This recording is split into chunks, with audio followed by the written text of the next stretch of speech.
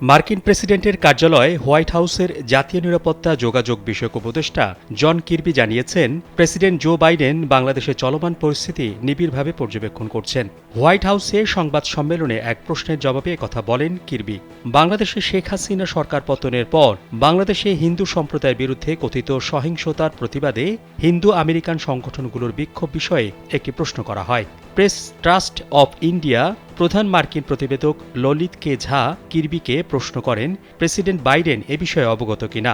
জবাবে কির্বি বলেন, আমরা এটি অত্যন্ত ঘনিষ্ঠভাবে পর্যবেক্ষণ করছি এবং প্রেসিডেন্টও ঘটনাবলীর উপর নিবিড় নজর রাখছেন। কির্বি যুক্তরাষ্ট্রের মানবাধিকার সম্পর্কিত অবস্থানের উপর জোর দিয়ে বলেন, ধর্মীয় ও জাতিগত সংখ্যালঘুদের সুরক্ষা নিশ্চিত করা সর্বোচ্চ অগ্রাধিকার। এলো ভিশন মুশকিল আসান অফার। যে কোনো ব্র্যান্ডের পুরনো ফ্রিজ নিয়ে চলে আসুন ভিশন শোরুমে আর নিয়ে যান নতুন ভিশন ফ্রিজ 20% পর্যন্ত ছাড়। বাংলাদেশের নিরাপত্তা পরিস্থিতি মোকাবেলায় অন্তর্বর্তীকালীন সরকারের সঙ্গে যুক্তরাষ্ট্র নিবিড়ভাবে কাজ করছে বলে জানান কির্বি। তিনি আরও বলেন, বাংলাদেশের সব নেতার সঙ্গে আলোচনায় উল্লেখ করা হয়েছে, ধর্মীয় ও জাতিগত সংখ্যালঘুদের সুরক্ষা নিশ্চিত করা অত্যন্ত গুরুত্বপূর্ণ। অন্তর্বর্তীকালীন সরকারের নেতারা বারবার প্রতিশ্রুতি দিয়েছেন যে তারা সব বাংলাদেশির জন্য ধর্ম ও জাতিগত পরিচয় নির্বিশেষে নিরাপত্তা নিশ্চিত করবেন। আমরা চাই তাদের এই প্রতিশ্রুতি বাস্তবায়িত হোক।